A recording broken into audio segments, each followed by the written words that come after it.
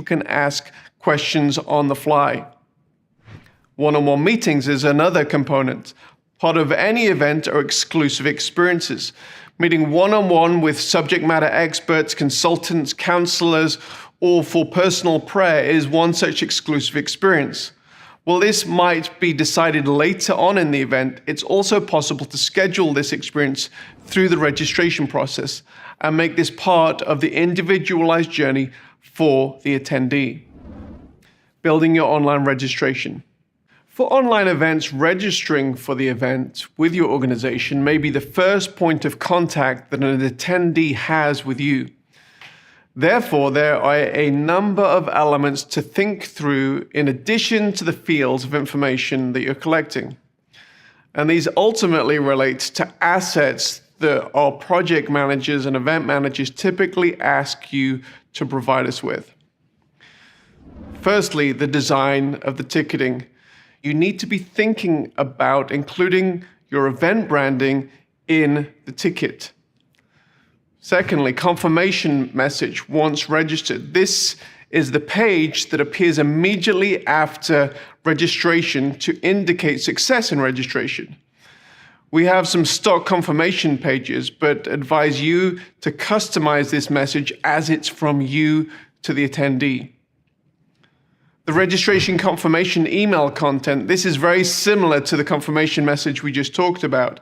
Now, we have some examples of what good confirmation emails look like, but again, this is a message from you, so it's important to ensure you get the message and the tone correct from your organization. Lastly, the pre-event landing page. Once an individual has registered, they won't experience the full event until the day that it begins. However, it is still possible to move the objectives of the event forward with an effective pre-event landing site. This is the location where registrants will be directed to upon completing registration. It includes your basic branding elements with a written welcome message and usually a countdown to when the event will open. We also advise that in addition to any text, you include a welcome video, which can help orient your audience regarding what to expect at the event, as well as creating excitement and maybe pointing people to a specific call to action that you may have in that pre-event build-up period. This might be a temporary landing page until the event watch page is created. Now let's talk about collecting money for a moment. A number of ticketing services out there handle the payment processing of an event for a significant fee, which is often taken off the top of the monies collected before the remainder then reaches you. Now, we at Saudis operate on a different model, and that's a bring your own Stripe account approach.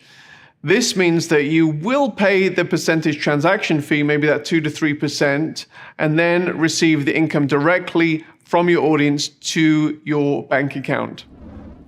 The next question is, when should I open registration?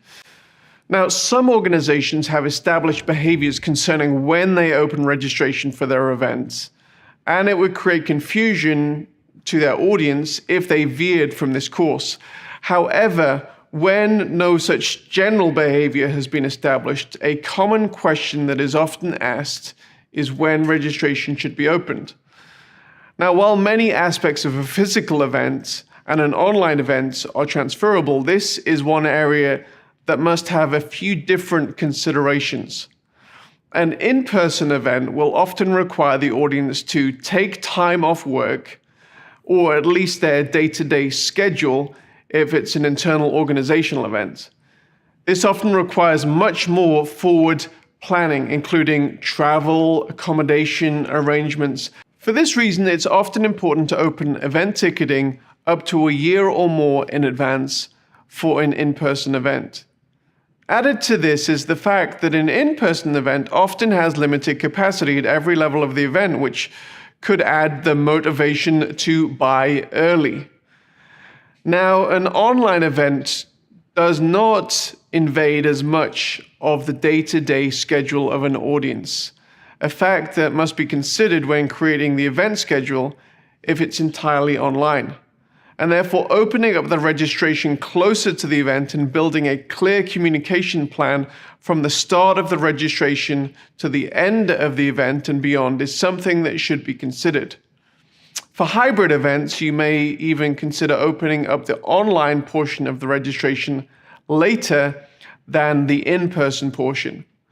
While you can still utilize early bird pricing in online events have no real space limitations for the size of an audience. While you can utilize early bird pricing in online events really have no space limitations for the size of the audience. This doesn't mean that an event should have an unlimited registration.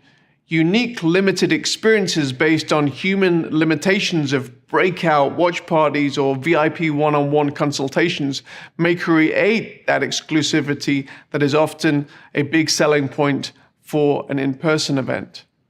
So that's pretty much all there is for this section. So let's go through our checklist.